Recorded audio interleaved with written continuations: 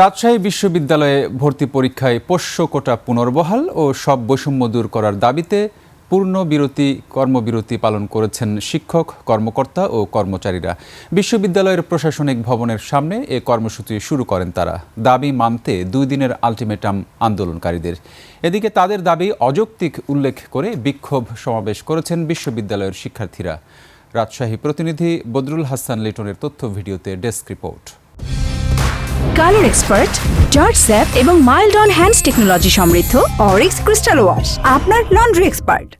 পোষ্য কোটা পুনর্বহাল সহ 8 দফা দাবিতে চতুর্থ দিনের মতো কর্মবিরতি পালন করছেন রাজশাহী বিশ্ববিদ্যালয়ের শিক্ষক, কর্মকর্তা, কর্মচারীরা।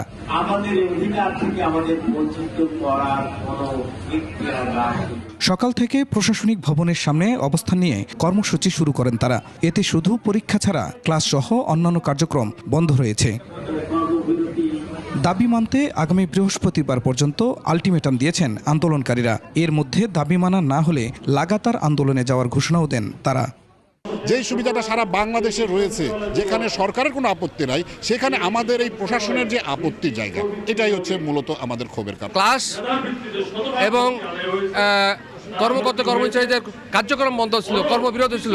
আগামী সপ্তাহে সমস্ত পরীক্ষা, জরুরি ভিত্তিক সমস্ত কিন্তু বন্ধ থাকবে যদি আমাদের দাবি বাস্তবায়ন করা না হয়। এদিকে পোষ্য কোটা পুনর্বহালের দাবি অযৌক্তিক বলছে শিক্ষার্থীরা। বিশ্ববিদ্যালয়ের সার্বিক কার্যক্রম বন্ধের প্রতিবাদে বিক্ষোভ সমাবেশ করেছেন তারা। পোষ্য কোটা পুনর্বহাল হলে আন্দোলনে যাওয়ার ঘোষণা তাদেরও। পোষ্য কোটা রাজশাহী বিশ্ববিদ্যালয় একটি সমাধানযোগ্য ঘটনা এবং পোষ্য কোটাকে অন্য কোনো নামে হোক, প্রাতিষ্ঠানিক সুবিধা বা অন্য কোনো নামে ফিরিয়ে আনার আর কোনো সুযোগ নাই। এটা একটা অযৌক্তিক, অনৈতিক দাবি এবং এটা শিক্ষকদের একটা প্রহসনমূলক আচরণ। তারা এটার প্রস্তাব কিভাবে করছে, তাদের এটা একটা লজ্জাজনক প্রস্তাব কিভাবে সামনে নিয়ে আসছে, এটা আসলে মাথায় আসছে না। দুই পক্ষের সাথে আলোচনা করে বিষয়টি সমাধানে চেষ্টা চালাচ্ছে বিশ্ববিদ্যালয় কর্তৃপক্ষ।